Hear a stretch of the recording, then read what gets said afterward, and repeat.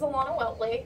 I'm doing a teaching video on how to change a post-operative total knee replacement dressing.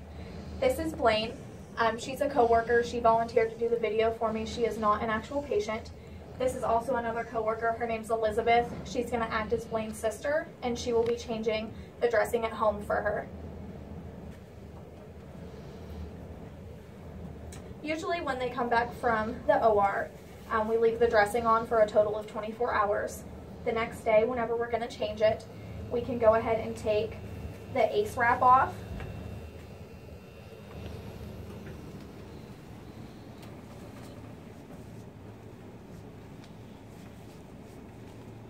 When you're taking the dressing off, you want to be sure if you're meeting any resistance, you can use an alcohol or a chlorhexidine pad to loosen up the dressing. Sometimes if there's drainage there, it can stick to them. Underneath the ACE wrap is usually an ABD dressing. You can go ahead and take that off. You want to note if there was any drainage on the ABD dressing. Due to her not being an actual patient, there will not be any drainage on this dressing. Once you get all the dressings off, you want to take a look at the knee. You want to count how many staples. She has 1, 2, 3, 4, 5, 6, 7, 8, 9, 10, 11, 12, 13, 14, 15, 16 staples. Every time that you will do the dressing change, you want to be sure to count those staples.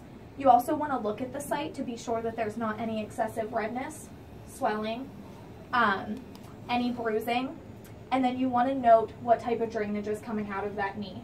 You'll want to note the color, the consistency, and if there is an odor to it. Every time that you change the dressing, there should be a decrease in drainage. Once you go ahead and take a look at the actual incision, you want to clean it. We have betadine swabs. There's also bottles of betadine that you can put onto like fluff dressings and do it that way. But I can send you guys home with some of these packages that actually have the swabs. You want to go ahead and clean down the incision. This helps to prevent an infection from occurring at the incision site.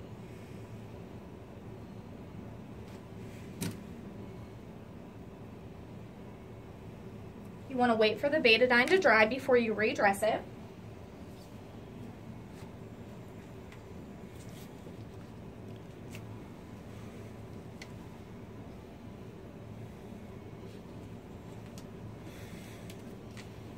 This is a skin prep.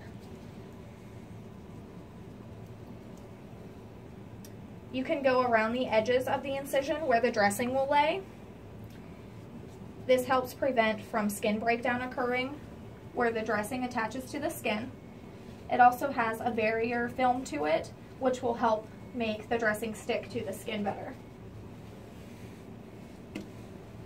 If there is excessive drainage coming out of that knee, you can go ahead and use these fluff pads.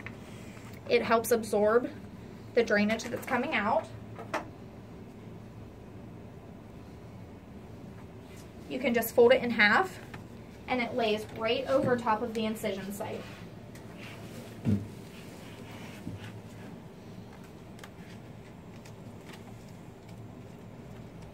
It's recommended to use a Tegaderm whenever you do the dressing changes.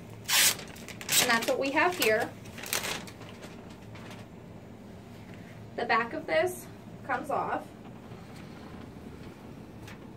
And then you want to lay the sticky side down over top of the incision and the gauze pads.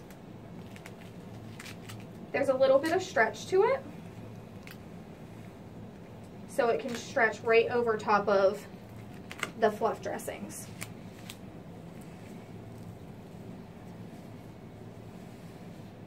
Down here, the white just goes ahead and peels off.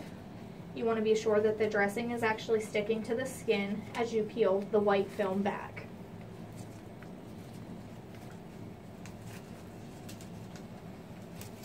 It's important to date and time the dressing change.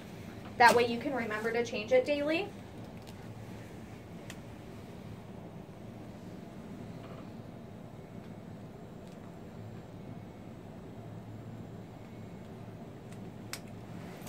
every time that you do the dressing change, if you notice that there is an increase in swelling, redness, bruising, or if there's an increase in the drainage, if the drainage starts to smell, or if it becomes turbulent, you want to go ahead and let the doctor know. That way they can go ahead and get the patient in to see the patient to be sure that there is not an infection in that site. Do you have any questions for me?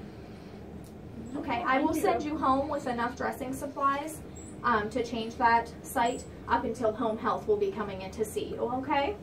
All right. Sounds good. Thank you.